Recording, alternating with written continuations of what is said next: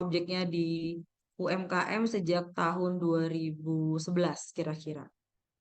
Jadi kalau kita bicara mengenai rekam jejak penelitian, ini adalah beberapa informasi saja gitu ya mengenai rekam jejak penelitian dan kemudian masuk kepada bidang penelitian di mana publikasi saya sebagian besar itu banyak membahas mengenai knowledge management system, kemudian sistem inovasi industri dan juga pengembangan UMKM. Terkait dengan kebidangan tersebut, maka beberapa disiplin ilmu yang berkaitan itu mengarah kepada sektor bisnis, kemudian enterprise, organizational, sosial, dan sektor-sektor lainnya, di mana dua aspek tadi ada modeling system dan kemudian innovation, kemudian dielaborasi dengan objek UMKM yang tujuannya adalah untuk pengembangan UMKM sejak tahun di 5 tahun terakhir itu observasi yang saya lakukan mengarah kepada upaya untuk pencapaian poin-poin yang ada di Sustainable Development Goals. Nanti akan kita coba bahas berikutnya ya. Nah, ini karena saya ada di Lab Enterprise System and Solution, aktivitas-aktivitas penelitian tadi kemudian banyak membahas mengenai beberapa hal. Di antaranya adalah sistem integral untuk knowledge dan teknologi, termasuk juga informasi, karena di lab riset ini juga tergabung teman-teman yang penelitian di sistem informasi, terutama untuk di ERP. Jadi saya juga ada bimbingan saya S1-nya yang SI, kemudian melanjutkan magisternya di TI, tapi tetap relasinya adalah dengan keilmuan SI yang kemudian dielaborasikan dengan keilmuan yang ada di teknik industri. Kemudian penelitian-penelitian yang terkait dengan UMKM itu juga mencakup proses konversi knowledge, kemudian identifikasi kebutuhan sistem, perancangan sistem, platform yang terintegrasi, serta implementasi dan pengukuran kinerja. Jadi rekan-rekan yang sekarang sedang melanjutkan pendidikan di Magister Sistem Informasi, sebetulnya relasinya dengan eh, teknik industri itu tidak terlalu berjenjang gitu ya, gapnya tidak terlalu besar karena juga membahas mengenai eh, sistem yang utamanya adalah sistem informasi untuk mendukung bagaimana meningkatkan atau mengembangkan UMKM itu sendiri. Nah, ini saya skip saja. Ini adalah roadmap penelitian saya dari awal, dari 2011 sampai dengan 2026 dan seterusnya. Di sini dari awal saya menentukan bahwa objeknya adalah UMKM atau istilahnya adalah IKM karena bentuknya adalah industri yang ada di Indonesia dengan masalah-masalahnya, baik di masalah yang kaitannya dengan kemampuan finansial sampai dengan bagaimana pengembangan organisasi. Nah, sebagian besar penelitian saya di awal itu membahas mengenai UMKM tekstil tradisional, diantaranya adalah batik, tenun, dan yang lain. Nah, sampai dengan tahun 2023 ini, kemudian UMKM yang menjadi objek penelitian saya juga berkembang ke UMKM-UMKM yang memberikan apa ya, memberikan kontribusi terhadap kegiatan pariwisata.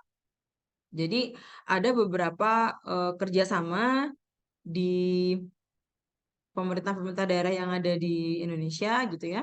Kemudian utamanya adalah meningkatkan kemampuan UMKM dalam memberdayakan resource yang mereka sudah punya dan juga mengidentifikasi sebenarnya apa saja yang mereka masih bisa lakukan. Kalau kita lihat di sini perjalanannya dari tahun 2011 sampai saat ini ada beberapa fase. Yang pertama adalah development, kemudian prototyping, dan yang terakhir adalah implementasi. Mungkin teman-teman yang hadir di sini melihat ini sebetulnya apa sih, awam sekali gitu ya.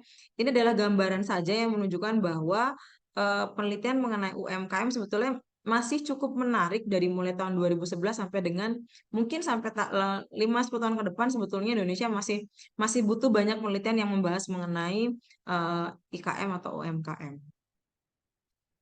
Kemudian kalau saya coba membuat bibliografi untuk beberapa penelitian yang sudah saya lakukan, ini adalah di awal penelitian sekitar 2015 gitu ya.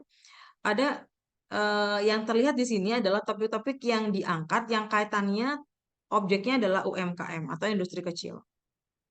Jadi banyak hal yang kita bisa lihat di sini, ada teknologinya, kemudian ada di intellectual capitalnya, ada knowledge sharing, kemudian ada tentang organization development, ada tentang inovasi, individual, kompetisi, dan yang lain. Sampai dengan juga nanti kita bahas mengenai dampak dari aktivitas yang dilakukan oleh IKM itu sendiri. Kemudian di fase yang pertama dari roadmap yang saya susun tadi, kita melihat bahwa pada awalnya pemetaan mengenai jenis IKM sendiri sebetulnya belum banyak dilakukan gitu. Jadi IKM itu seperti ya sudah kemudian tumbuh masing-masing di setiap lokasi dengan kemampuannya masing-masing, kemudian mereka saling berkompetisi gitu. Pada awalnya sebetulnya awareness mengenai bagaimana IKM itu bisa survive itu tidak terlalu besar gitu ya. Artinya kita harus menjemput bola masalah itu ada di masing-masing IKM. Baik IKM yang bergerak di bidang eh, apa ya, di bidang yang sedang booming pada saat itu, misalnya tentang eh, penyedia layanan digital dan yang lain, itu mungkin agak lebih mudah gitu dipahami. Tapi bagaimana dengan nasib dalam tanda kutip ya IKM-IKM yang tumbuhnya itu dari local wisdom, misalnya adalah makanan tradisional, kemudian tekstil tradisional dan yang seperti itu eh, kurang mendapat apa ya namanya perhatian dari banyak pihak atau stakeholder yang ada, termasuk pemerintah daerah. Sehingga pada saat itu saya mencoba untuk mengakomodasi fenomena itu menjadi bagian dalam penelitian. Karena menurut saya dilihat dari banyak aspek dan juga beberapa hal berdasarkan data dari BPS dan yang lain, di Indonesia atau di negara berkembang termasuk Asia Timur bahkan gitu ya, UMKM itu punya peran yang besar terhadap peningkatan dan pencapaian PDB gitu. Jadi akan sayang sekali apabila UKM itu karena terlihat kecil kemudian potensi ekonominya pada awalnya juga tidak besar, maka menjadi terabaikan gitu karena orang melihatnya untungnya seberapa sih bekerja sama dengan UMKM atau IKM. Nah, pada awal perjalanan penelitian seperti itu, kemudian beberapa hal dilakukan sehingga pada saat penelitian awal, kemudian saya terbantu oleh hibah pemerintah pada saat itu yang membantu penelitian saya untuk bisa masuk dan mencoba untuk memberikan beberapa hal yang bisa membantu UMKM paling tidak untuk tetap bisa beroperasi gitu, tetap bisa menjalankan usahanya.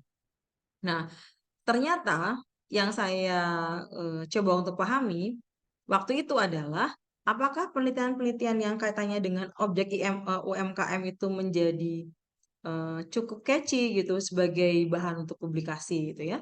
Nah, awalnya memang tidak mudah gitu untuk mempublikasikan yang objeknya UMKM. Rasanya gitu ya, penelitian-penelitian yang ini nggak kekinian, ini tidak digitalisasi, kemudian ini tuh kurang kurang apa ya, sense of internationalization-nya itu rendah seperti itu.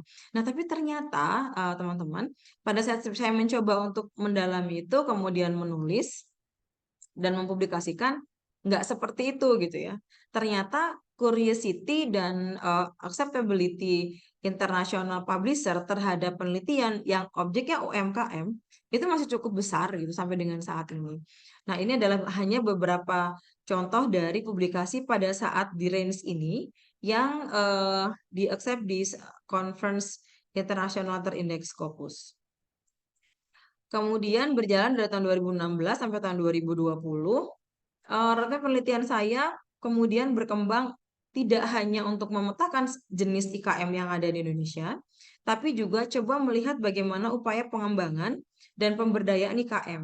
Nah, yang saya pilih waktu itu sejalan dengan penelitian disertasi saya, objeknya adalah IKM batik tulis. Jadi hanya IKM batik tulis ya, bukan batik yang dibuat dengan cara dicetak atau dengan cara cap gitu. Nah, pada fase ini penelitian saya mencoba untuk melihat bagaimana sih sebetulnya produktivitas dari setiap IKM yang menjadi objek, kemudian bagaimana mencari satu upaya dalam bentuk strategi untuk mengembangkan dan menciptakan kesempatan kerja yang memberikan nilai tambah pada IKM tersebut. Kenapa? Karena IKM tersebut masih eh, mengutamakan bagaimana pemberdayaan lokal workers dan juga budaya-budaya yang berkembang di lokasi sekitar gitu ya. Kemudian dari situ kita akan coba melihat bagaimana cara mereka survive. Nah, beberapa publikasi yang dihasilkan dari pengembangan dan pemberdayaan IKM tersebut sejalan dengan penelitian ada beberapa di sini. Ini juga ternyata masih masih memberikan gini, pihak luar yang notabene-nya adalah eh, publisher yang baik gitu, yang berkualitas, yang authorized jurnal gitu, masih memberikan apresiasi terhadap bagaimana upaya kita untuk mengembangkan usaha kecil dan menengah di Indonesia sendiri gitu. Jadi asumsi bahwa beberapa penelitian yang mungkin terlihat dalam tanda kutip ini mah cuman analog gitu ya, yang sepertinya secara teknologi ini mah ketinggalan dan sebagainya, itu nggak seperti itu rekan-rekan. Jadi banyak hal dari UMKM yang tetap menarik sebetulnya untuk bisa kita gali menjadi materi penelitian dan juga untuk publikasi. Selain itu memang nanti hasilnya juga bisa memberikan kontribusi yang signifikan bagi UMKM tersebut gitu. Nah, kalau kita lihat di gambar ini, maka ada pergeseran topik dari yang sebelumnya, di mana sebelumnya masih masih banyak sekali yang diangkat dari topik UMKM atau IKM. Maka di range 2016 sampai 2020, kemudian agak mengerucut ke beberapa hal yang lain, yaitu fokus kepada organisasi, kemudian masuk ke performance dengan objek yang masih SMI, dan ada unsur inovasi yang memberikan nuansa bahwa inovasi itu adalah hal yang signifikan memberikan pengaruh terhadap performance seperti itu. Nah, inovasi seperti apa sebetulnya yang memberikan dampak cukup signifikan? Ada yang namanya istilah open innovation gitu. Jadi inovasi itu tidak hanya kita dapatkan saat kita keluar dari organisasi, artinya belajar, workshop dan yang lain-lain, tapi open innovation juga bisa dihasilkan karena ada relasi dengan stakeholder. Misalnya kalau di industri kita tahu pasti ada stakeholder yang terlibat dalam kegiatan produksi di dalam UMKM. Misalnya stakeholder itu ada pemerintah sebagai pemilik regulasi karena UMKM juga terikat regulasi pemerintah daerah. Kemudian ada pemasok, ada customer, dan yang unik di UMKM itu sebetulnya kompetitornya adalah UMKM yang lain yang mengerjakan hal yang sama. Tapi di sisi lain, kemudian mereka bekerja sama juga gitu. Jadi tidak ada yang benar-benar full kompetitor gitu. Pada saatnya mereka juga akan melakukan kerjasama untuk mendapatkan insight masing-masing. Kemudian dari tahun 2021 sampai tahun 2025, kemudian penelitian ini lanjut ke bagaimana sebetulnya inovasi itu bisa dilakukan untuk IKM. Tujuannya untuk apa? Tujuannya adalah untuk memastikan bahwa mereka punya kemampuan yang cukup pada saat mencapai sustainability. Di sini dukungannya adalah dari poin-poin yang ada di SDGs, yaitu poin 8 tentang pengembangan atau peningkatan ekonomi, 9 tentang inovasi, dan 11 mengenai sustainability. Nah, di range tahun ini 2021 sampai dengan 2025 rencananya adalah eh, skop penelitiannya lebih sempit lagi dari yang sebelumnya. Kalau tadi banyak di organisasi, kemudian di sini banyak fokus ke hal-hal yang memberikan pengaruh terhadap inovasi. Utamanya adalah open innovation. Ada dari teknologi, kemudian pengetahuan, dari pengembangan, dan yang lain. Kemudian karena beberapa saat yang lalu sempat ada eh, dampak dari adanya penyebaran COVID, itu pun sebetulnya juga memberikan kesempatan bagi kita untuk meneliti bahwa ternyata UMKM apa sih yang lebih tough gitu dalam menghadapi pandemi yang pada saat itu sedang terjadi di seluruh dunia bahkan gitu. Bagaimana ketahanan UMKM terhadap adanya pandemi itu juga hal yang cukup menarik gitu.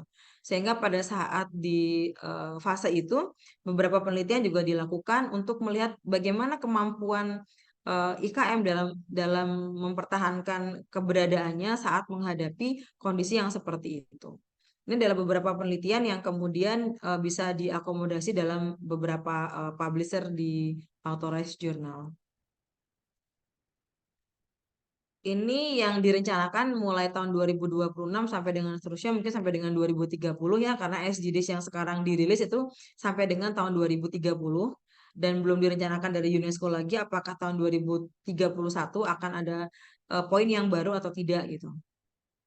Nah, penelitian yang berikutnya mengenai UMKM adalah UMKM itu sudah dipahami dari awal adalah salah satu organisasi usaha yang memberikan kontribusi sangat besar terhadap PDB Indonesia gitu.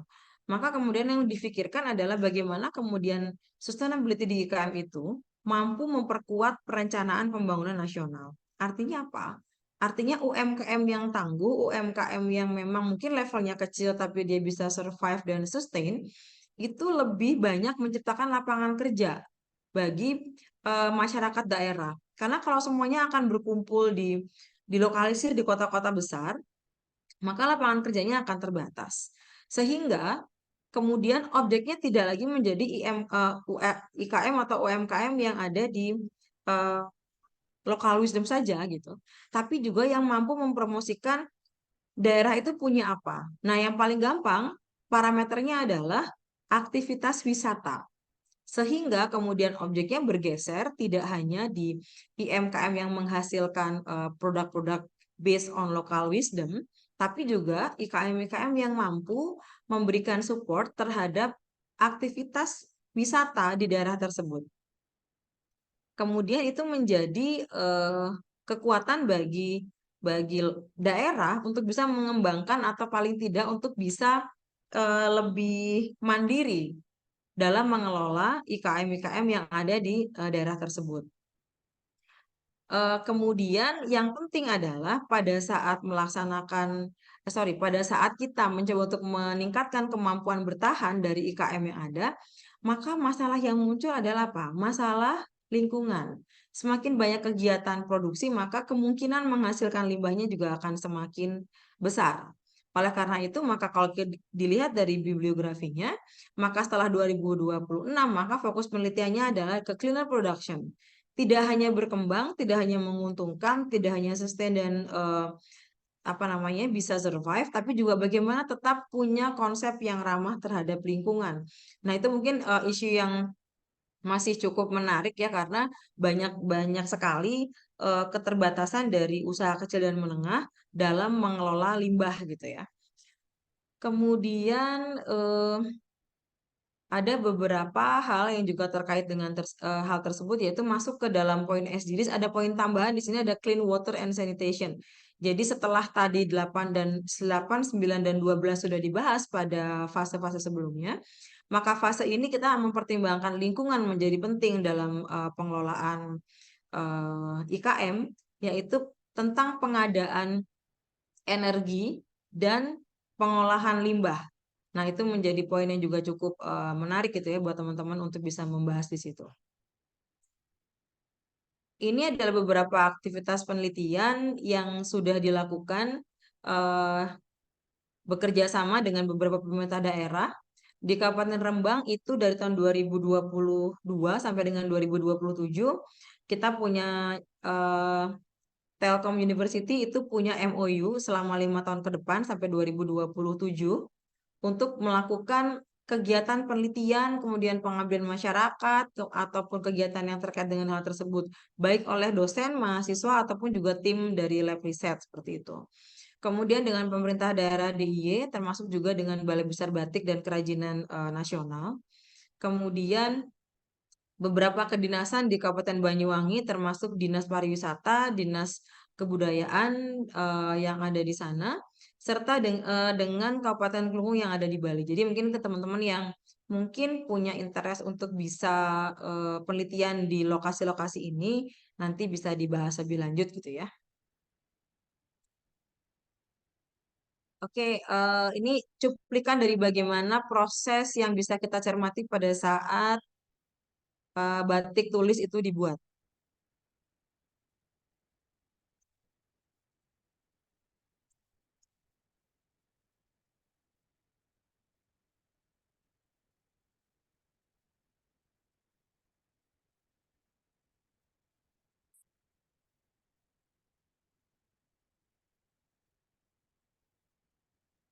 Itu hanya cuplikan saja tadi ya bagaimana proses produksi. Salah satu bagian dari proses yang dilakukan pada saat membatik yaitu tadi adalah membuat pola setelah malamnya itu atau ya penutup gambarnya itu dilakukan berkali-kali gitu.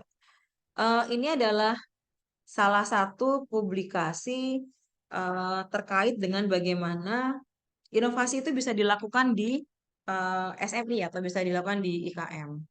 Jadi judulnya adalah Exploring the Role of Organization Creativity and Innovation Enhancing SME's Performance. Jadi ini adalah penelitian yang publishnya sekitar bulan, saya lupa sekitar Juni atau ya Juni 2023 ini di eh, Journal Open Innovation, publishernya adalah Elsevier. Apa sih yang dibahas di sini gitu ya? Di sini yang pertama saya coba angkat adalah sebetulnya bagaimana sih kreativitas itu memberikan pengaruh terhadap kinerja yang juga didukung oleh open innovation. Karena SMI kebanyakan dihasilkan dari industri kreatif gitu. Nah, di penelitian ini saya melihat bahwa ternyata itu adalah hal yang belum bisa dibuktikan secara ilmiah begitu ya. Bagaimana sih sebetulnya pengaruh kedua hal tersebut yaitu organisasi creativity dan open innovation dalam meningkatkan SMI utamanya yang ada di Indonesia. Nah, kita lihat di sini bahwa setiap organisasi itu pada dasarnya selalu berusaha untuk mencapai kinerja yang optimal. Tapi bagaimana caranya? Kalau perusahaan-perusahaan yang besar, bermodal besar, kemudian relasinya baik dengan pihak eksternal, kemudian punya kekuatan finansial yang cukup mumpuni, mungkin menjadi lebih mudah gitu karena mereka punya divisi R&D. Misalnya kita bandingkan dengan perusahaan-perusahaan multinational company gitu, mereka pasti punya R&D. R&D-nya kemudian di-maintain sehingga selalu update dengan teknologi. Kemudian R&D-nya juga diberikan kesempatan untuk melakukan eh, meng-elevate knowledge-nya gitu. Nah, bagaimana dengan IKM? Mereka untuk berproduksi saja sebetulnya itu hal yang tidak selalu mudah gitu. Bagaimana mendapatkan eh, peningkatan modal, bagaimana memberikan pengetahuan yang lebih tinggi atau lebih baik dari ke para pekerjanya itu adalah salah satu masalah sendiri gitu ya. Tantangan di IKM antara lain seperti itu. Padahal kita tahu bahwa tantangan itu adalah padahal IKM dengan yang tantangannya banyak tersebut punya potensi untuk meningkatkan perekonomian Indonesia. Paling tidak untuk teman-teman yang masih berjibaku dengan usaha-usaha yang ada di daerah. Nah, di penelitian itu kemudian coba untuk dielaborasikan antara bagaimana pengaruh organizational creativity dan juga open innovation terhadap performance atau terhadap kinerja dari organisasi. Di sini organisasinya adalah SME gitu. Nah, dari model konseptual ini kemudian kita lakukan pengukuran model sehingga akhirnya kita mendapatkan beberapa kesimpulan ya. Saya akan masuk ke sini dulu deh. Beberapa kesimpulan bahwa ini model yang tadi diukur, ini mungkin agak statistically gitu ya, teman-teman. Ini adalah angka-angka yang ditunjukkan dari pengolahan data secara statistik gitu. Nah, dari pengolahan data ini kita bisa lihat bahwa ternyata memang organizational creativity dan open innovation itu secara signifikan dengan masing-masing nilai sekian gitu ya, nilai signifikansinya, secara signifikan memberikan pengaruh yang besar terhadap kinerja dari organisasi. Dalam hal ini adalah SMI. So what next gitu. Artinya kita punya opportunity untuk meningkatkan kemampuan berkreativitas dan juga berinovasi. Bagaimana caranya? Kita lihat dari masing-masing dimensi yang ada di sini. Ini adalah ini adalah individual creativity, ini group creativity, dan beberapa hal yang lain nanti di sini coba kita akan bahas di materi setelah ini. Artinya, 4 hal ini dan 2 hal yang menjadi dimensi dari model ini menjadi peluang bagi teman-teman yang penelitiannya ingin membahas mengenai objek SMI misalnya. Dari sisi informasi rasanya juga banyak sekali ya topik-topik yang bisa mensupport tentang creativity, tentang innovation gitu. Jadi walaupun saya mungkin dari teknik industri, tapi rasanya apa yang sudah saya lakukan ini sebetulnya juga memberikan kesempatan bagi teman-teman yang memang sekarang sedang studinya di sistem informasi gitu ya. Oke, saya akan kembali ke yang tadi. Nah, dari model ini dan dengan pengolahan data secara statistik yang tadi sudah dilakukan, maka kemudian kita bisa menarik satu kesimpulan bahwa bagaimana inovasi itu dikelola baik secara inbound ataupun outbound, jadi yang dari luar ke dalam atau dari dalam keluar, itu bisa memberikan pengaruh terhadap bagaimana kinerja organisasi atau kinerja UMKM. Sehingga kalau kita lihat di sini bahwa masing-masing baik itu organizational creativity ataupun open innovation itu merupakan salah satu cara untuk memberikan pengembangan terhadap setiap kemampuan yang mungkin spesifik yang dimiliki oleh setiap UMKM. Kita nggak bahas UMKM yang selalu batik gitu ya. Kita bicara secara umum, secara global bahwa UMKM itu banyak bergerak di berbagai bidang. Misalnya di Banyuwangi saja, ya lokasi yang terakhir kita kemarin sempat untuk diskusi bersama tentang riset di sana. Itu ada 6 jenis UMKM yang perlu dikelola gitu. Ada yang tentang crafting, ada yang tentang makanan, ada yang tentang supporting system untuk kegiatan pariwisata secara spesifik, kemudian ada juga tentang batik dan yang lain-lain. Dan itu sebetulnya belum dibahas secara keseluruhan ya. Penelitian ini hanya menggambarkan bahwa ternyata kemampuan berkreativitas dan juga berinovasi yang mungkin selama ini tidak terlihat di permukaan itu memberikan dampak yang besar terhadap kinerja suatu organisasi termasuk juga adalah SMI. Pada penelitian ini data yang dikumpulkan adalah dengan profil seperti ini. Ada 100 responden dari Lasem, kemudian ada 106 dari Madura. Ada beberapa data yang belum sempat diolah pada penelitian ini, tapi kita sudah lakukan di penelitian yang setelah ini, tapi belum publish gitu.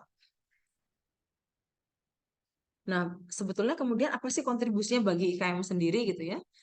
Untuk penelitian ini sebetulnya kita bisa lihat lagi untuk masing-masing variabel, yaitu open innovation dan creativity.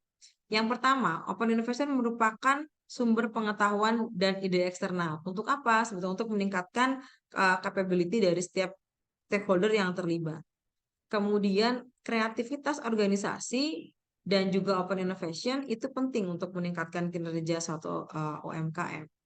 Dengan adanya penelitian ini, kemudian organisasi paling tidak punya salah satu acuan untuk bagaimana memprioritaskan budaya kreatif dan peningkatan kerja. Kadang-kadang kalau di UMKM itu tidak mudah ya teman-teman bagaimana kita mengcapture profil dari tingkat kreativitas dan tingkat inovasi dari setiap anggota organisasinya atau setiap pekerjanya.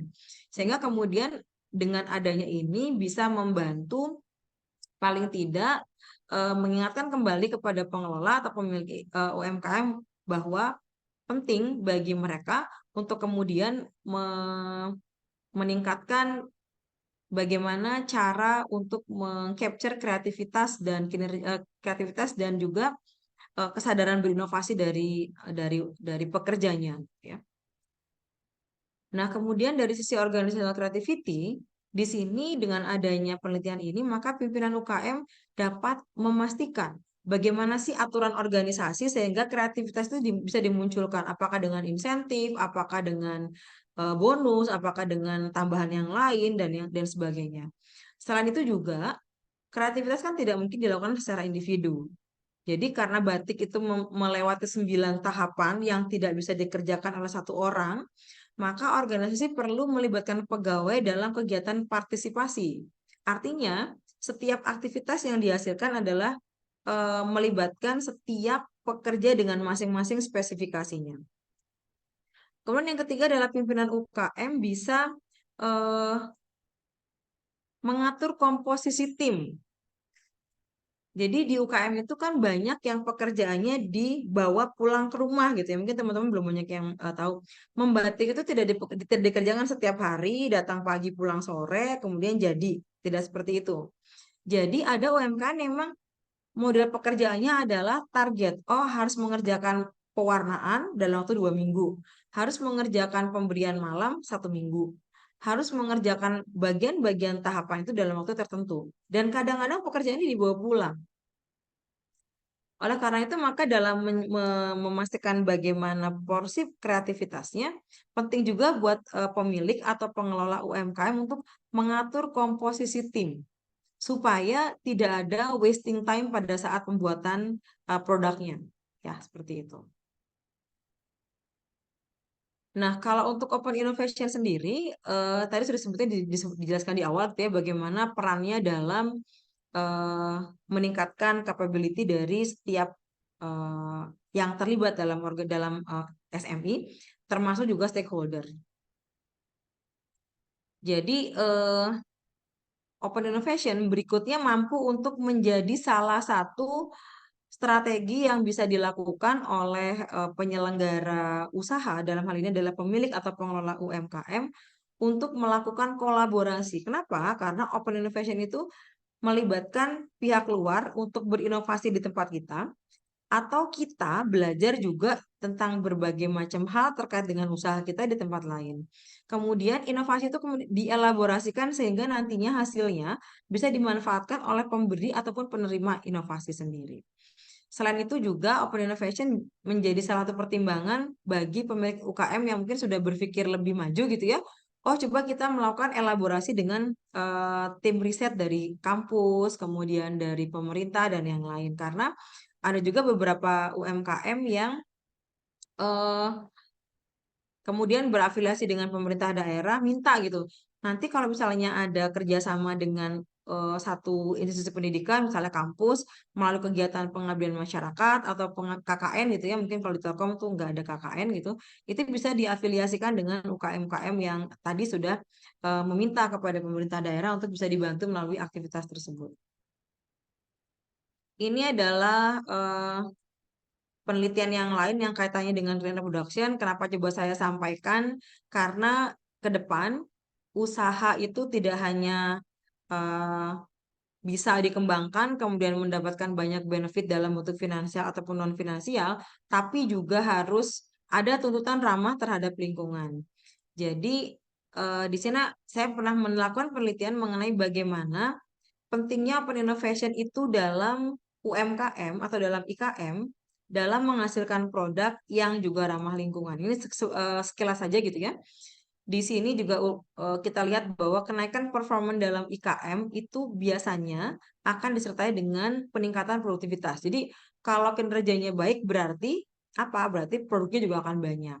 Produk yang semakin banyak tentu saja membutuhkan bahan baku dan proses yang semakin banyak. Pada saatnya bisa saja juga menghasilkan limbah dalam jumlah yang lebih banyak. Nah, kemudian saya bisa memilih OI gitu ya. Open Innovation adalah salah satu konsep yang bisa diterapkan untuk menuju ke produk bersih atau cleaner production. Kita lihat di sini bagaimana proses pewarnaan itu memberikan limbah yang cukup besar jika menggunakan pewarnaan sintetis ya, teman-teman.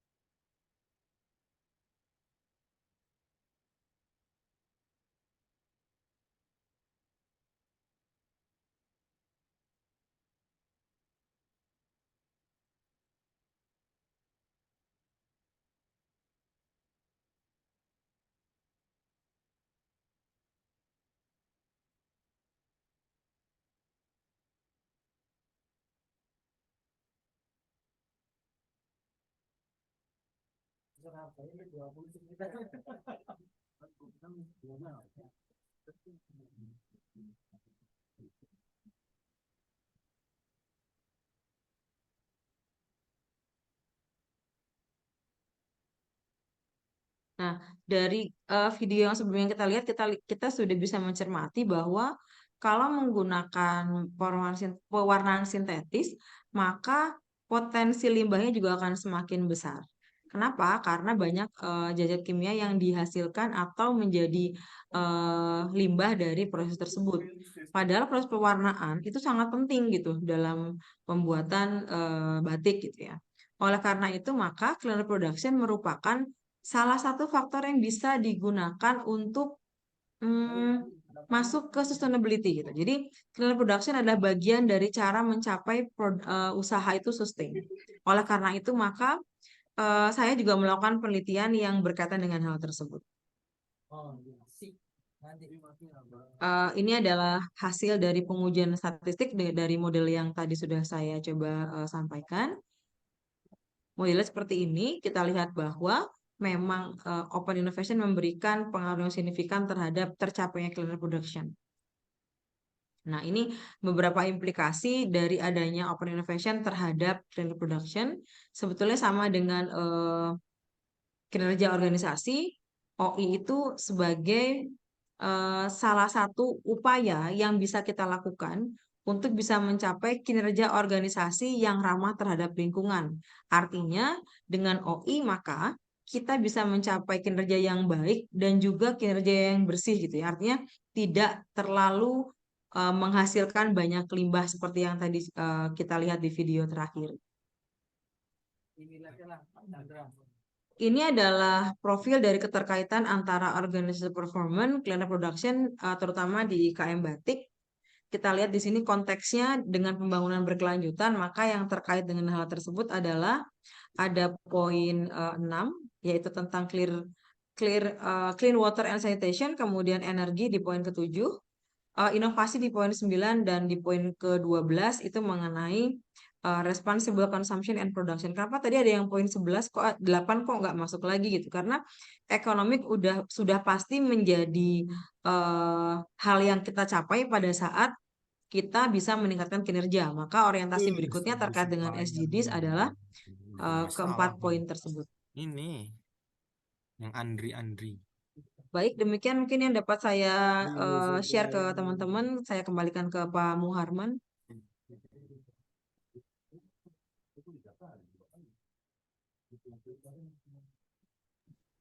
Oke, terima kasih Profesor atas insight-nya ya, terutama terkait dengan SDG. Oke, sekarang kita coba buka sesi tanya jawab. Silakan bagi rekan-rekan sekalian, mahasiswa kalau ada pertanyaan. Oke, untuk Rizky, silakan. Baik, terima kasih Pak Muhammad atas kesempatannya. Assalamualaikum warahmatullahi wabarakatuh. Selamat siang, Bu Rusna. Izin bertanya Bu, ini perihal untuk dari awal gitu ya, untuk menentukan judul penelitian. Ini Bu, jadi saya mengalami kesulitan gitu untuk mengambil topik pembahasan yang kira-kira untuk tesis gitu. Sebagai contoh gini, saya rencananya mau ngambil tentang human resource gitu. Nah, dari situ ibaratnya apa ya, yang jadi kesulitan itu kira-kira apakah tentang human resource itu banyaknya tentang apa gitu ya, kan tadi waktu awal itu Ibu jelasin pakai VOS viewer gitu ya, jadi biar melihat trennya gitu. Nah, ini ibaratnya nggak usah jauh ke sana itu, kira-kira dari tahap awal gitu, tahap awal kita kira-kira kalau tadi yang Ibu jelaskan itu tentang UMKM gitu ya, dari titik UMKM terus nemu misalnya masalah tentang apa itu, dari awalnya itu kira-kira ada tipsnya nggak Bu ya, jadi biar ini topik yang fresh gitu ya, yang untuk melakukan penelitian begitu. kira-kira bisa tanggung jawab. Terima kasih. Baik, terima kasih Mas Rizky. Ini saya langsung jawab aja Pak Muharman atau gimana Pak? Ya Bu, silakan langsung dijawab aja biar nggak Oke, kelupaan. baik.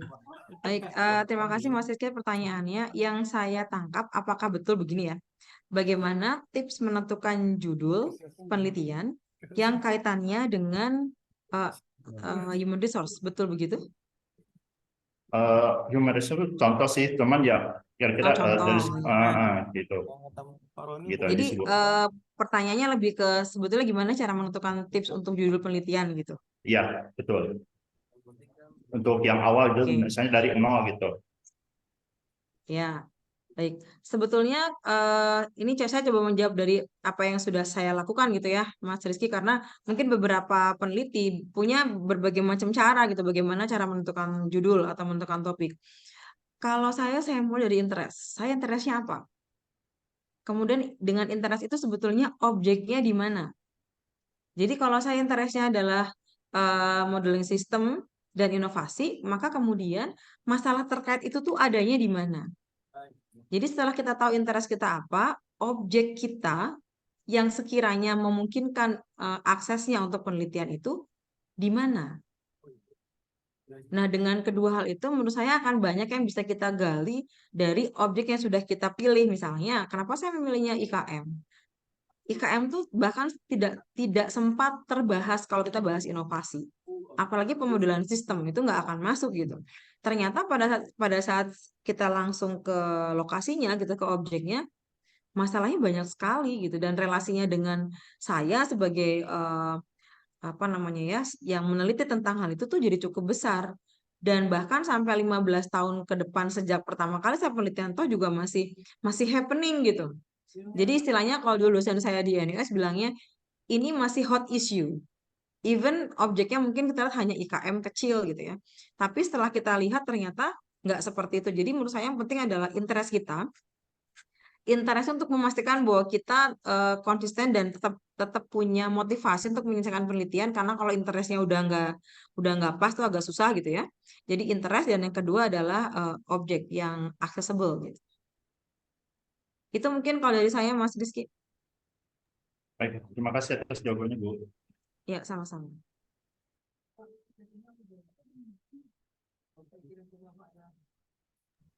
Oke, mudah-mudahan Rizky bisa cepat ya ketemu dengan judul. Kalau tambahan dari saya sih jangan kebanyakan mikir ya. Mikirnya nanti kalau udah nemu judulnya ya. Kalau sekarang tinggal pilih aja ya. Nanti kalau ada masalah silakan ya. Dosen-dosen kita siap membantu. Oke, untuk yang lain silakan kalau ada yang mau ditanyakan. Tapi topik tentang SDG ini lumayan happening juga ya, Prof. Agustina ya. Iya betul Pak Muharman. Sekarang kalau misalnya kita mau berelasi dengan riset dari luar gitu, misalnya dari beberapa kampus di luar, mereka kan tanya ini nanti akan relasi ke SDGs-nya seperti apa gitu, karena apa ya baseline-nya semua akan kembali ke situ. Kalau misalnya nggak dekat gitu relasinya dengan SDGs, itu mereka akan think twice gitu. Bener nggak sih kita mau sama Anda relasi risetnya gitu? Oke. 3-4 tahun terakhir sudah seperti itu gitu. Oke, kalau yang kemarin ke Jerman itu, Prof, gimana? Ada hubungan juga dengan ini? Masih yang ke Masih HRW ya? terakhir ya, yang ke HRW itu kebetulan saya masih banyak diskusi dengan Prof. Carla. Kita masuknya ke poin 6 dan 7 karena ternyata di Jerman itu permasalahan mengenai limbah energi itu banyak gitu. Jadi masih beberapa kali sharing mengenai riset bersama. Sampai saat ini masih berjalan sih. Ada offering beberapa hal, tapi mungkin di kitanya gitu ya agak-agak rumit gitu untuk bisa masuk. Dan saya coba untuk pelan-pelan aja gitu. Kira-kira kita bisa masuk dari mana gitu di sananya. Gitu sih Pak Muharman. Oke. Apalagi di kita nih masalah sampah ya, terutama di Bandung. Ya, nah itu sampah ini kan sampah rumah tangga ya kalau di Iya. Indonesia ya. Nah masih sampah rumah tangga gitu. Kalau di Jerman kan ngangkut sampahnya seminggu sekali gitu. Jadi memang mereka udah tahu bagaimana cara mendepres itu supaya nggak banyak gitu sampahnya. Nah, masalah yang happening adalah energi gitu. Energi sampah dari penggunaan energi yang mereka coba untuk bangun gitu. Oke. Ya. Oke, ini saya lihat sudah ada yang raise up. Silakan Sulaiman.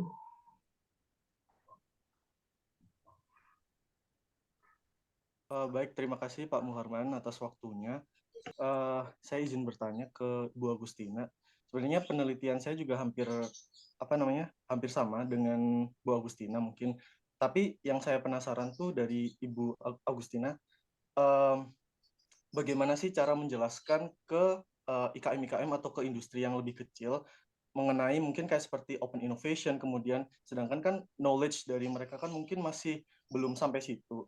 Nah, bagaimana sih untuk biar penelitian kita ini agar diterima oleh UKM dan IKM yang ada di Indonesia gitu. Cara translate dari bahasa penelitian ke bahasa ininya seperti apa gitu. Mungkin itu saja sih. Oke, Sulaiman, saya coba untuk menjawab gitu ya. Memang tidak mudah, apalagi untuk tempat-tempat seperti Madura gitu ya, yang bahasa Indonesianya aja susah. Sehingga kita nggak mungkin datang langsung, saya kasih kuesioner ya tolong diisi, atau saya wawancara ya tolong dijawab. Nggak bisa seperti itu memang gitu ya. Jadi pertama yang dilakukan pada saat kita observasi, itu bukan langsung ke IKM-nya, Sulaiman. Tapi kita bisa masuk dari pemerintahan lokal yang paling rendah dulu nih. Mungkin kalau Pemda agak sulit karena ada protokoler. Oke, mungkin dari apa nih, dari kecamatan atau dari mana, atau yang bisa juga dilakukan adalah dari komunitas.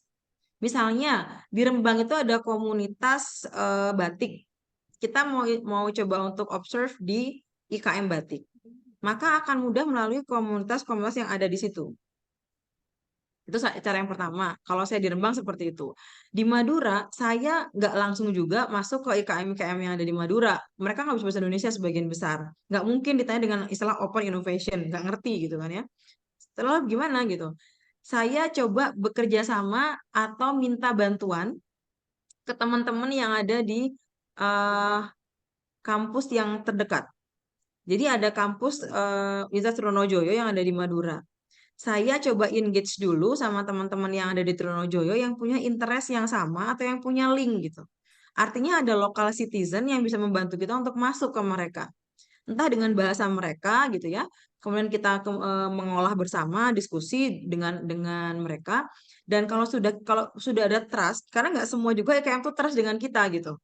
Kita sebagai peneliti itu nggak serta merta diterima dengan baik, nggak seperti itu ya.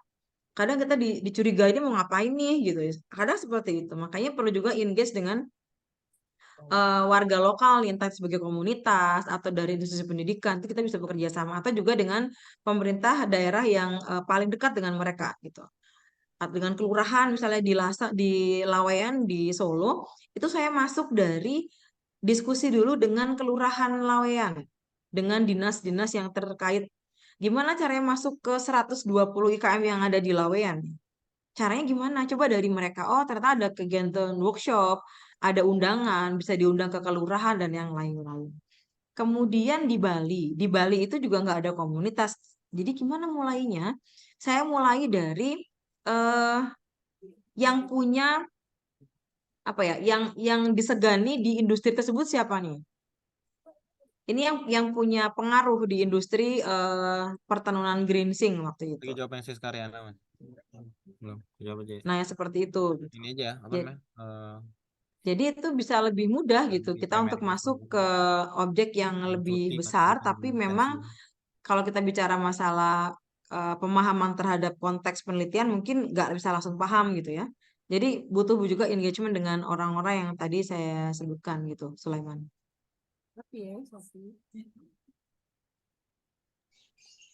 Oke, baik, terima kasih, Bu. Iya, sama-sama.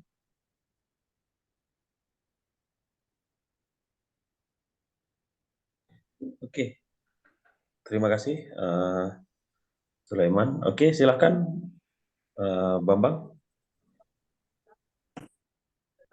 Ya, udah gelap ya. Ya, salam kenal dengan Prof. Agustina. Saya Bambang, mahasiswa S2 SI. mau bertanya terkait Banyak SDG sendiri ya, kan merupakan suatu isu yang sifatnya itu global dan juga internasional. Nah, sejauh Prof meneliti, bagaimana sih relevansi SDG yang sedang digaungkan oleh internasional dengan yang menjadi salah satu mungkin program pemerintah gitu ya untuk melakukan internalisasi gitu. Apakah kita sebagai peneliti juga perlu melihat kedua sisi gitu, bagaimana pemerintah mensupport industri dan bagaimana industri itu juga berusaha untuk mendukung program, namun juga mereka kan pada dasarnya adalah industri yang mudah mengalami disrupsi gitu ya. Seperti batik gitu, melihat bagaimana banyaknya mungkin apa namanya kain dan sebagainya itu datang dari negara luar. Jadi kita sebagai peneliti, bagaimana kita memotret hal tersebut untuk mendapatkan simpulan yang tepat agar bisa membantu dari SDG sendiri bisa dipenuhi atau internalisasi dan juga industri bisa sustain dengan sendirinya gitu. Halo, iya. Oke, Itu saja, baik. Bu. Terima kasih Mas Bambang ya, salam kenal juga. SDG sebetulnya kan happeningnya tuh tadi saya sampaikan 3-4 tahun terakhir ya. Nah, kalau tadi pertanyaannya adalah bagaimana nih SDGs, karena kan ini juga ada kaitannya dengan mungkin regulasi pemerintah dan yang lain-lain, bagaimana kebijakan pemerintah terhadap pelaksanaan SDGs. Sebetulnya kalau bisa kalau mulai dicermati dari SDGs yang sudah ada gitu ya, masing-masing poin sebetulnya punya anaknya lagi Mas, punya punya indikator-indikator capaian dari setiap poin. Nah, kita mulai dari mana nih? Mulai dari SDGs-nya dulu atau topiknya dulu gitu kan? Kadang-kadang kita bingung ya. Kita pengen bikin yang sesuai dengan SDGs, tapi takutnya nanti topiknya nggak sesuai. Kalau dimulai dari SDGs-nya, topiknya apa gitu kan? Mungkin ada kebingungan yang mulai di mana gitu. Menurut saya itu harus dimulai bersama. Gimana tuh mulai bersama? Kan tadi sudah ada interest, sudah ada topik gitu ya. Dengan interest dan objek kita punya judul. Nah, interest, topik dan juga judul yang sudah kita elaborasi sebetulnya kita bisa coba untuk mengelaborasi dengan indikator-indikator yang ada di SDGs, Mas. Pemerintah sendiri sudah mencanangkan bahwa kalau di BRIN gitu ya, setahu saya sampai dengan paling tidak tahun ini gitu, bahwa penelitian-penelitian yang di come up oleh researcher memang harus diafiliasikan dengan poin-poin SDGs. Bahkan nggak hanya poinnya, tapi sub poinnya tuh ada. Misalnya poin 9, 9.1 tuh bicara apa? 9.2 tuh bicara apa? Itu ada poin-poinnya. Nah, kemudian kita bisa matchkan gitu antara topik, objek, dan juga SDGs. Sebenarnya SDGs itu kan outputnya, Mas. Jadi output penelitian kita kan biasanya di set di awal nih. Saya mau judulnya ini, objeknya di sini dengan output ini. Nah, output kita ini relate-nya sama poin SDGs yang mana? Katakanlah poin 12 gitu ya. Tentang bagaimana consumption responsibility gitu. Nah, consumption responsibility yang mana yang sesuai dengan yang kita lakukan? Selama ini seperti itu. Artinya dari pemerintah regulasinya bisa kita penuhi, dari kebutuhan objek bisa kita penuhi, sehingga outputnya juga menjadi bisa berkontribusi untuk objeknya gitu sebagai problem owner gitu ya. Kira-kira seperti itu Mas Bambang yang bisa saya coba sampaikan. Oke, itu udah jadi ketetapan ya bahwa output itu harus ada relevansi atau relasi terhadap SDGs ya, atau sebaiknya. Kalau sebagai peneliti saya misalnya sebagai dosen gitu ya, saya Pak Muharman sih rasanya pada saat kita mensubmit publikasi akan ditanyakan juga, bahkan di Telkom misalnya saat kita report gitu ya di Igrasias akan ditanya ini sesuai dengan SDGs yang mana gitu. Ya saya nggak tahu nih kalau di student sendiri apakah dari MSI merelasikan itu atau enggak gitu. Kalau saya personally untuk bimbingan saya S2 saya minta untuk relasinya dibuat di tesis di laporannya ada penjelasan itu gitu. Oke, baik. Nggak ada ya Pak Muharman ya? Nggak ada ya? Nanti bisa dinego sama Pak Muharman ya, gimana Pak Muharman gitu ya. Nggak ada, Pak. Nggak ada. Gitu ya Mas Oh, Bambang. di kita ditentukan Baik, Bu. sendiri otomatis ya. Oke, terima kasih. Mungkin ada yang menarik ini ya, Prof. Terutama terkait dengan COVID ya. Saya baru baca nih ya, ada laporan bahwa efek berkepanjangan dari pandemi ya, ketidakstabilan, inflasi dan biaya hidup itu somehow menghapus ini ya kemajuan yang telah diperoleh pada beberapa SDG. Dan juga otomatis ya ketika 1-2 SDG terhambat itu akhirnya mempengaruhi yang lain. Karena kan dibuat SDG ini kan sebagai target ya yang sifatnya komplementer. Itu gimana kira-kira tanggapan Profesor? Apa sih yang harus kita lakukan ya, terutama ya contoh misalnya paling simpel yang heboh startup ya. Udah susah-susah kita inkubasi ya, udah susah-susah kita misalnya punya ide ya, tapi somehow ketika valuasinya tinggi, pandemi muncul dan kemudian tidak bisa bertahan dan sekarang bermatian atau berguguran semua. Gimana kira-kira menurut Profesor?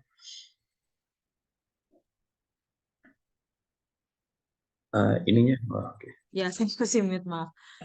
Saya coba untuk melihat dari perspektif riset dulu, gitu ya, Pak Muharman.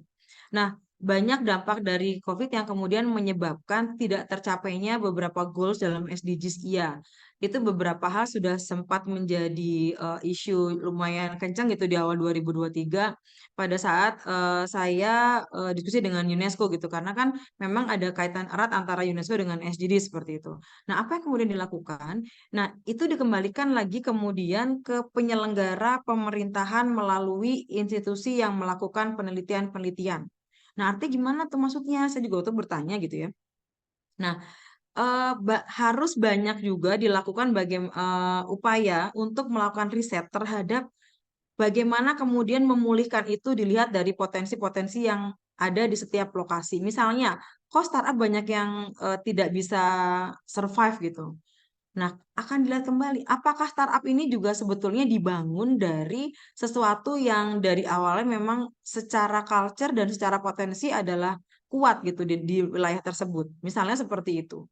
Nah, kemarin itu contohnya yang ada di eh, satu lokasi yang ada di Spanyol, saya lupa nama kotanya apa gitu. Jadi pada saat sebelum pandemi itu mereka memang hype banget dengan satu aktivitas yang di levelnya juga SMI gitu ya. Kalau di Spanyol masih banyak SMI. Nah, kemudian kenapa sih kemudian karena adanya COVID kan pasti ya ekonomi berantakan, kemudian semua resource akhirnya kayak kembali start from the beginning dari nol lagi. Kemudian apa yang dilakukan? Ini menjadi apa namanya ya? Menjadi harusnya menjadi kegelisahan juga nih bagi pemerintah dan juga pelaku bisnis yang masih survive dan juga pemerintah lokal untuk bagaimana mendapatkan kembali poin-poin itu dari upaya riset dengan melakukan waktu itu sih memang kalau kita mungkin agak sulit ya pendanaan yang cukup signifikan itu dari pemerintah Spanyol waktu itu. Jadi kembali ke kita lihat lagi sebetulnya apakah yang di come up di startup itu memang sesuai pada awalnya. Kadang kan gini ya, pada saat satu startup itu happening, maju akan muncul yang serupa banyak sekali gitu. Nah, kadang-kadang tuh fondasinya juga nggak kuat gitu. Nah, kira-kira seperti itu. Kita lihat juga misalnya di Indonesia nih pada saat kemarin COVID gitu ya, dan bagaimana dampaknya. Nggak semua loh UMKM itu ternyata dalam tanda kutip jatuh gitu. Batik memang jatuh di awal karena apa? Karena batik pasti pakai kain-kain impor. Sehingga pada saat COVID bukan harganya mahal, tapi nggak ada bahan baku yang masuk.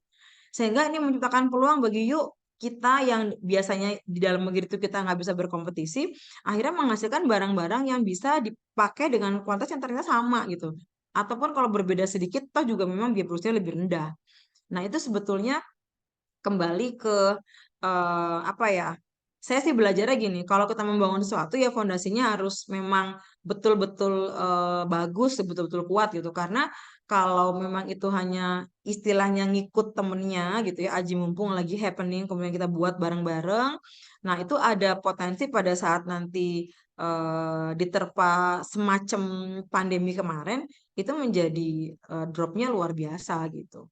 Sementara sih itu juga perlu dukungan dari stakeholder juga Pak Muharman, misalnya bagaimana relasi antara perusahaan yang memang punya punya apa ya punya awareness terhadap kegiatan yang dekat dengan UMKM kemudian menjadi dihidupkan kembali gitu dengan adanya insentif pajak, dengan adanya kompensasi dari pemerintah seperti itu.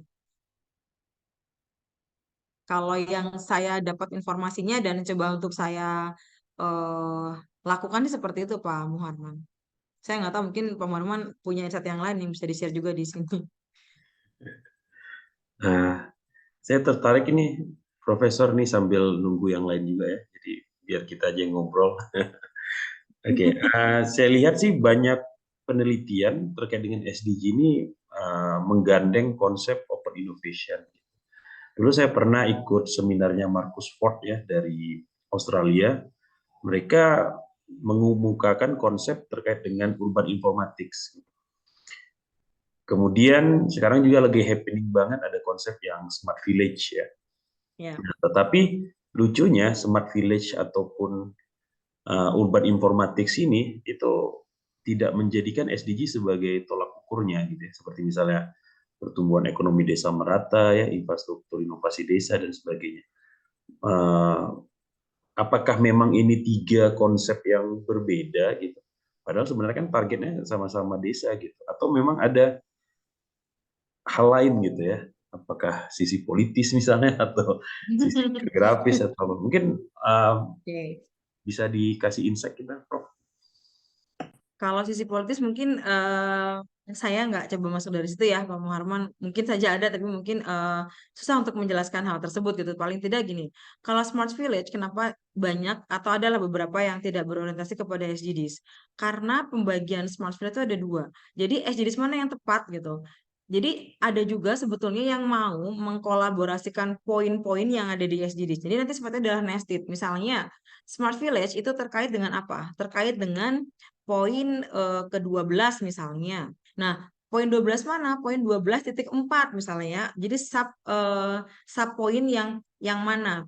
Nah, sub poin itu kemudian juga berelasi dengan poin SDGs yang lain gitu. Jadi antar sub poin sebetulnya bisa saling direlasikan.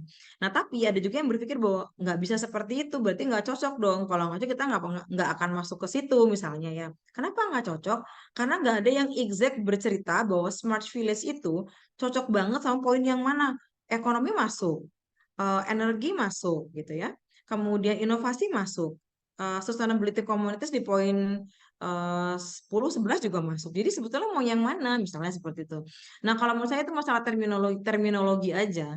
Kita mau terminologinya seperti apa? Poin-poin yang ada di SDG sebetulnya pada pembahasan di UNESCO itu sudah clear gitu.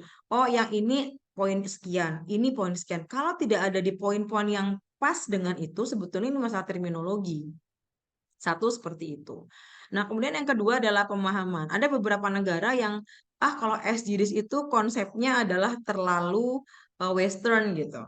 Teman-teman saya yang beberapa teman yang ada di Asia Timur, ada juga yang saya nggak mau ke SDGs karena itu beda sama pemikiran kami, sehingga kami pilih sendiri nih gitu.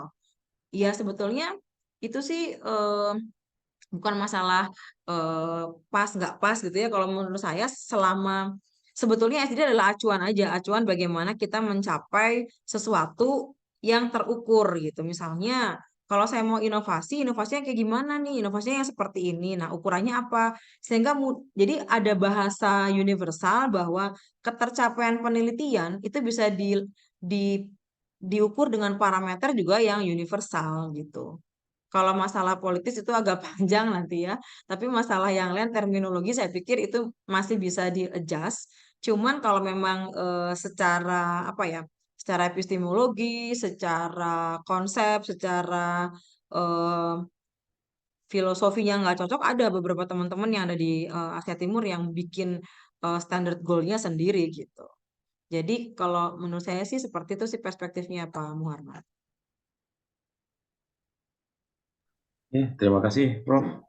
Oke, silahkan Rika Mulyati.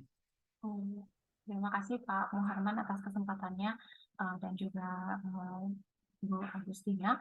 Mohon izin bertanya Bu, rencananya saya mungkin memang sih baru angkatan 2023 ini untuk S2 SI ini. Rencananya saya mau mengangkat perihal kompetensi tenaga teknik listrik ya Bu ya.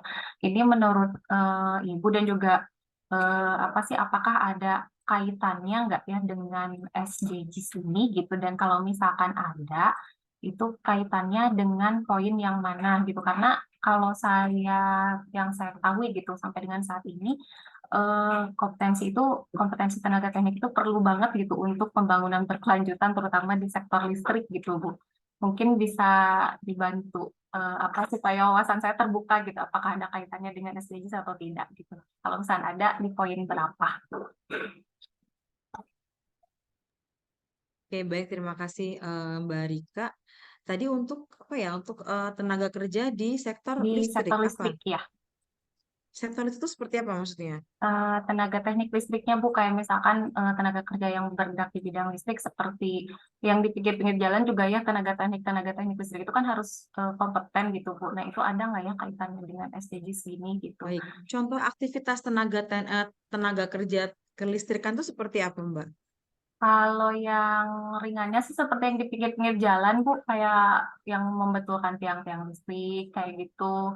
Terus kalau ada juga kalau yang di pembangkit kan operator-operator pembangkitnya kan harus disertifikasi juga seperti itu sih Bu. Oke, jadi lebih ke technical, ke pekerja teknis gitu ya? Iya, iya, Pekerja teknis untuk sektor listrik. apa namanya? Sektor penghasil listrik lah kira-kira gitu. Nah, rencananya Mbak Rika nanti outputnya apa penelitiannya? Sistem otomatisasi sertifikat sih Bu, sertifikat kompetensinya gitu. Jadi gini, mensertifikasi kompetensi tenaga kerja tersebut ya, atau mengukur tingkat kompetensi yang dimiliki oleh tenaga kerja itu. Jadi beda antara mensertifikasi dengan mengukur ya, Mbak Rika ya. Mbak Rika mau concern yang mana, Mbak Rika?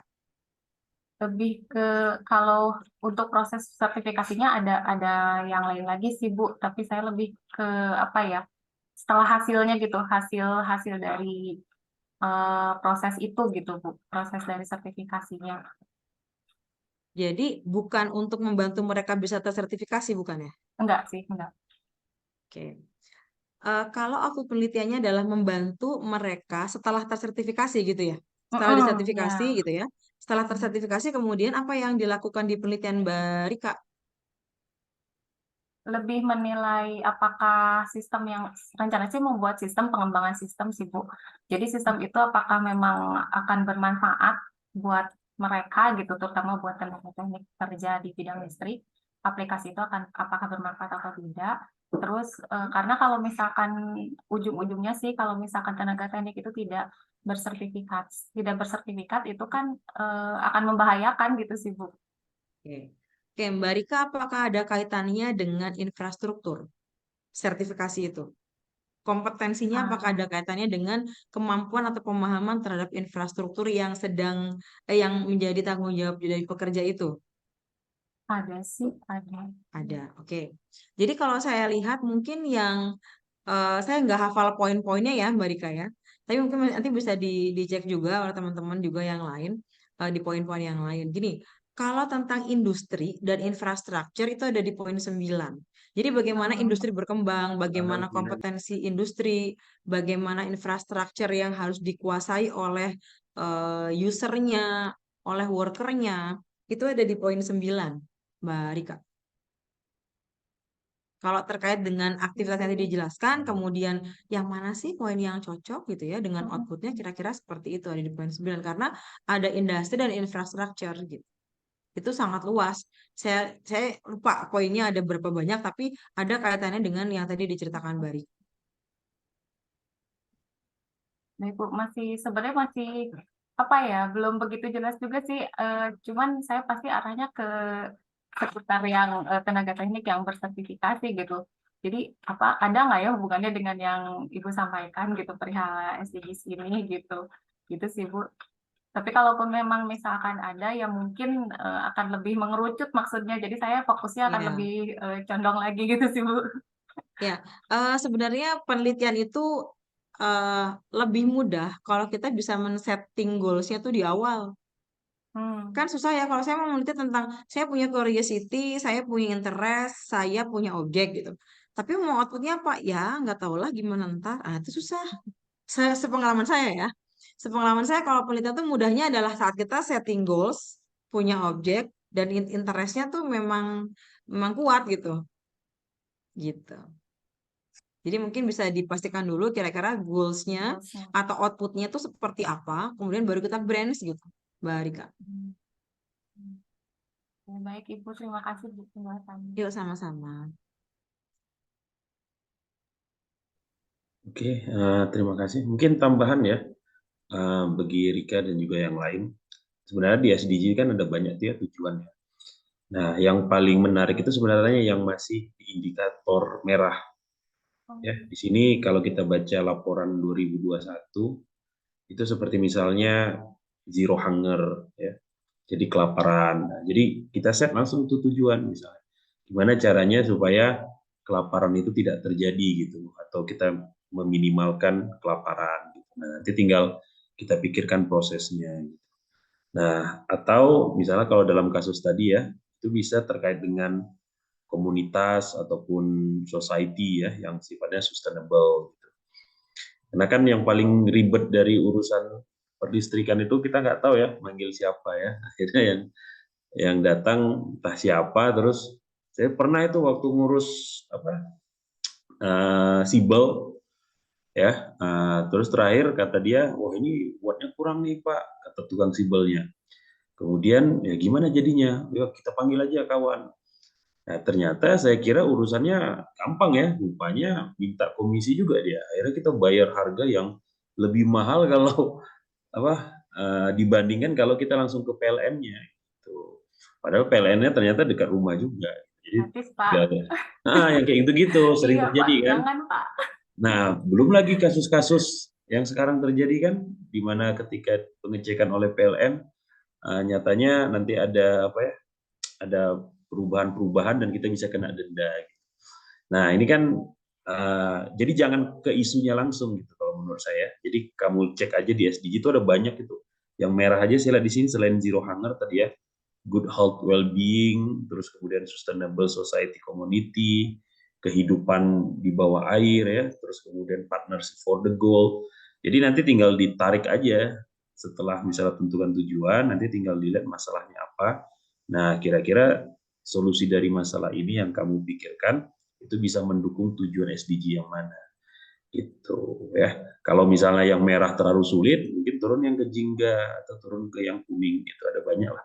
Nanti bisa dicek di Sustainable Report kalau tertarik untuk gitu.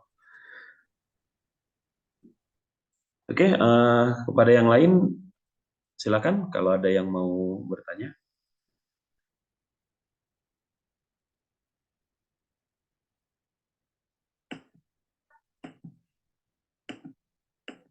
Oke, kalau tidak mungkin kita akhiri ya, sudahi acara kita. Berikut daftar hadir ya, sudah ada di chat, silakan diisi.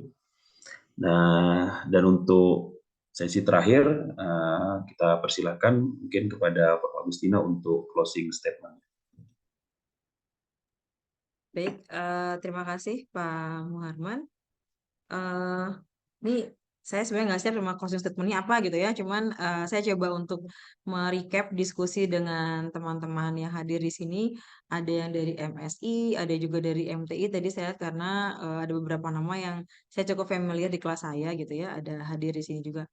Jadi yang mungkin bisa saya sampaikan di akhir diskusi kita hari ini adalah sebetulnya penelitian itu mungkin kalau apa ya, kalau buat teman-teman yang baru mulai penelitian tuh kayak aduh ini gimana ngerjainnya susah banget dan yang lain gitu ya. Cuman kita mulai dari yang kira-kira mungkin ada dua hal. Yang menjadi interest kita atau yang menjadi permasalahan yang tadi coba disampaikan Pak Muharman.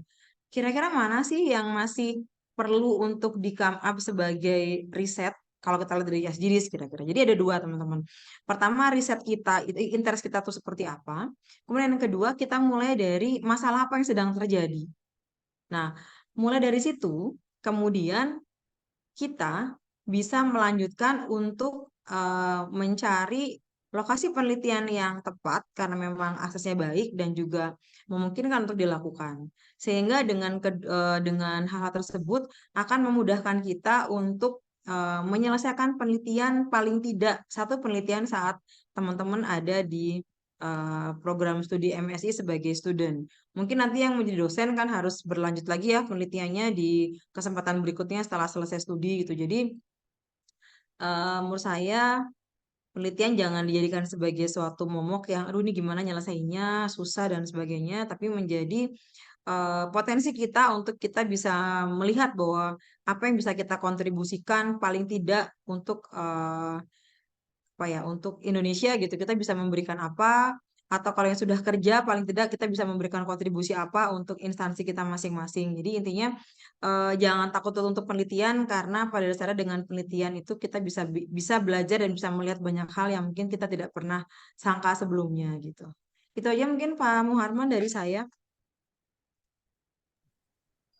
Oke, terima kasih Prof. Agustin atas waktu dan juga insight-nya kepada kita. Mudah-mudahan bermanfaat bagi semuanya ya, terutama para mahasiswa yang sedang galau ya, sedang bingung juga untuk menentukan pilihan, tapi itu adalah pembelajaran juga ya bagi kita bersama ya.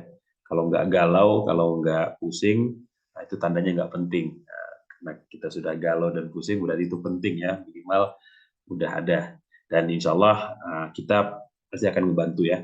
Saya, Prof. Agustin, dan juga dosen-dosen sekalian juga insya Allah akan membantu, rekan-rekan juga. Nanti insya Allah kita akan coba adakan lagi, selain Profesor Insight, kita coba adakan yang MSc Connect ya, di mana para senior-senior yang sudah lulus, nanti kita coba sharing kepada kalian-kalian, nah mudah-mudahan itu bisa membantu juga. Terima kasih juga ya kepada rekan semua ya yang telah meluangkan waktunya. Mudah-mudahan kebersamaan ini tidak berakhir ya, tapi terus berlanjut. Dan kita akhiri ya dengan doa kafaratul majelis. Subhanallah rabbana wa bihamdihi asyhadu an la ilaha illa anta astaghfiruka wa atubu ilaik. Oke, terima kasih Prof. Agustin, terima kasih semuanya. Kita Ya, akhiri. terima kasih kembali Pak Muharman. Terima kasih teman-teman yang sudah hadir dan diskusi untuk hari ini. Oke, Assalamualaikum warahmatullahi wabarakatuh. Waalaikumsalam. Waalaikumsalam warahmatullahi wabarakatuh. Waalaikumsalam. Selamat siang semua. Waalaikumsalam warahmatullahi wabarakatuh.